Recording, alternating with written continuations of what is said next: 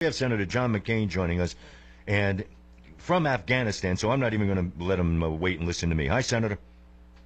Hello, Jim. I'm calling you from Jerusalem. I was in Iraq and Afghanistan and now in Jerusalem and headed home tomorrow, I'm happy to say. And, Senator, we've been following the news there and listening to your comments on where we should concentrate our efforts there, but it's really hard not to start off with the president suing your state, our state, over 1070, and your reaction. My reaction is that I don't think I've ever seen anything quite like it. It's an incredible paradox that the president should order his attorney general to sue us, because the fact is that there would be no controversy whatsoever if the president and the federal government had carried out their responsibilities to secure the border.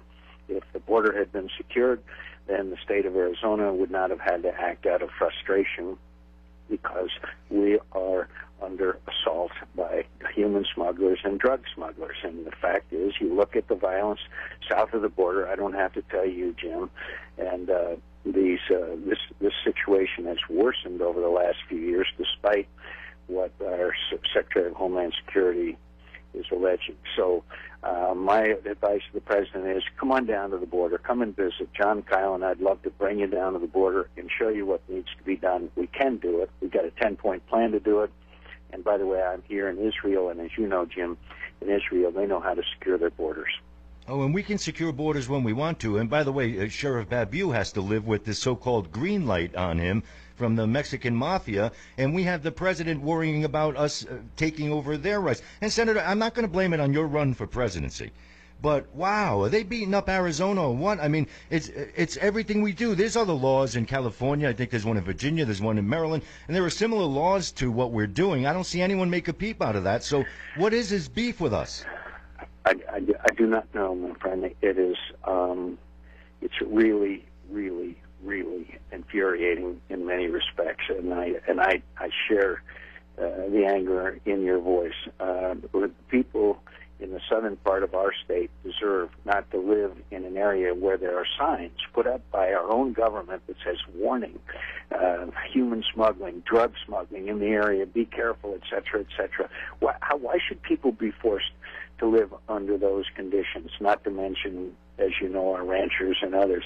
And anybody who has observed what's happening on the other side of the border, as you know, 23,000 Mexican citizens have been killed in the last 3 years, and that it continues to go up. 21 people murdered south of 12 miles south of Nogales, Arizona, and as you know, the police chief of Nogales has had threats that the drug cartels are going to kill his policemen. Now, that's not an acceptable situation. Get the troops down, rebuild and build the fence, and get the surveillance capability in, and we can do exactly what they're doing here in Israel, and that's have their secure borders and let people live in an atmosphere, an environment of security. It's just, look, one of the allegations is that we must give some credence to is that they are trying to show up the Hispanic vote in future elections. That may be part of it. I don't know what other conclusions draw. Do you? Well, I'll tell you, if that is the conclusion, Senator, I'm afraid if they win this lawsuit, the reaction to what might be the silent majority at this point in life could be pretty extreme. They're blaming a patchwork. They don't want a patchwork of laws, Senator, but am I wrong that there's medical marijuana laws that are affected in different states? There are gun laws that are different in different states. So it really a shot at Americans. And with the polls showing what they're showing, I'm shocked at this. Even it's too risky. Even if I were a Dem trying to get votes, I would have deemed this too risky a move to do for political reasons. Well, Jim, I happen to be a Federalist, and I know you are too from our previous conversations. The Constitution of the United States says all rights, unless delineated, and I'm paraphrasing, to the federal government, are reserved for the states, right? So that means that the state of Arizona was carrying out what it believed was its responsibilities to try to get the border secured and to get the situation within our state under control. That is an obligation that state governments have. And I mean, when I say that, it is a federal responsibility to secure the borders, and they didn't do that. So then the state of Arizona had to act out of frustration, right? Well, and what it's doing, though, is bringing the true colors out on every group and every agency and every individual who used a weak argument for why we don't like people who are of Mexican descent. And it's making people show their cards. And I think that's a good thing for Arizona long term. Well, I also think it's very obvious that 60, 70, 80% of the American people support what Arizona has done. I'm proud of our governor. I'm proud of our legislature. I'm proud of our sheriffs, Larry Deaver, Paul Babu, and many others who are out there on the front line every day protecting our citizens, and I'm so proud of them. And so, again, I would, John Kyle and I will invite the president to come to the border. He can see it for himself. He can see the tough conditions in the summertime down on our border and what the brave men and women are doing. We need more of them. We need the guard on the border. We need better surveillance, and we need to fix those fences. And we can do it, but it's just, well, I think that the people of Arizona have the right to live secure lives, and the president, by this, it's a diversion, Jim. Don't you think? It's just a diversion from responsibilities that they have. Well, but to be fair, Senator, before this president's over the top, but before this president, we've had similar curveballs about the border and illegal immigration and people looking the other way because they just didn't want it on their election cycle or whatever it might be. So it's been something for a long, long time. And obviously your critics will say, hey, you were in there too, you know.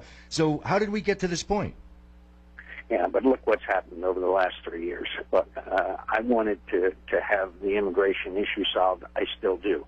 But the border has spiraled because of the incredible increase in violence in Mexico. And anybody who has not observed that obviously doesn't know what's been going on. Ask Larry Deaver, ask Paul Fabiu, ask these other law enforcement people, and they will tell you that the violence is at an incredible level, which argues persuasively, in my view, to get the border secured first. We've got to get it secured to protect the lives and property of our citizens.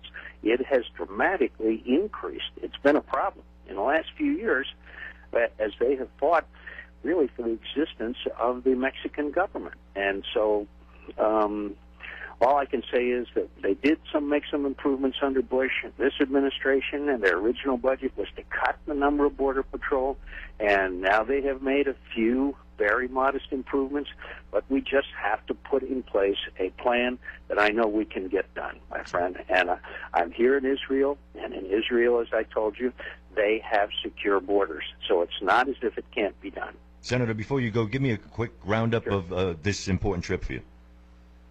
Well, first of all, in Iraq, it's a success story. We went downtown Baghdad and went shopping at a bakery and a store. So there'll still be violent attacks, but they're on the right path thanks to the sacrifice of over 4,000 brave young Americans. In Afghanistan, it's tough. There's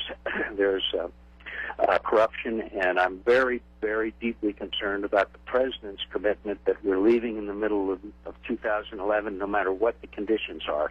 We should be leaving under conditions-based, not on an arbitrary date, and our friends and our allies are upset about it, and our enemies are encouraged. We're outside Kandahar, by the way, in 120 degrees with our soldiers, and Afghan police chief said, yeah, the Taliban are telling us that the Americans are leaving, and if we cooperate after they leave, we're going to cut off their heads. So we've got to send the message that it's condition-based, that we can succeed, General Petraeus can succeed. I can tell you that I go over there on 4th of July, and being with the troops at a re-enlistment ceremony and award ceremony with General Petraeus is a humbling and moving experience. And by the way, I had a ride in an Arizona National Guard helicopter while I was in Iraq. Excellent. Proud of them, too. So, look, we can succeed in Afghanistan, and we can't afford it to become a base for attacks on the United States ever again. But the fact is that this arbitrary date for withdrawal plus corruption are huge obstacles to success. Well, Senator, hurry home. And here in Israel, Jill, let me just mention one other thing. This Iranian nuclear, the Iranians continuing to progress towards nuclear weapons could cause a huge crisis here throughout the whole Middle East, as you know. And when I come down and get on your show and talk about it at length, but this is a very interesting world we're living in and a very challenging one, and we've got to transmit a message of strength, not weakness. Oh, and I hope when you get to Arizona, we can send that same message. We're being invaded from all angles and attacked from all sides, Senator. So hurry home. All right, my friend. Look forward to being with you. Bye. Senator John McCAIN, everybody, live in Jerusalem. We are, we better take a break. We killed that clock, didn't we, Razor? It's about 18 minutes after 8 o'clock. You're listening to the Jim Parisi Show on AM 1030 KVOI, The Voice.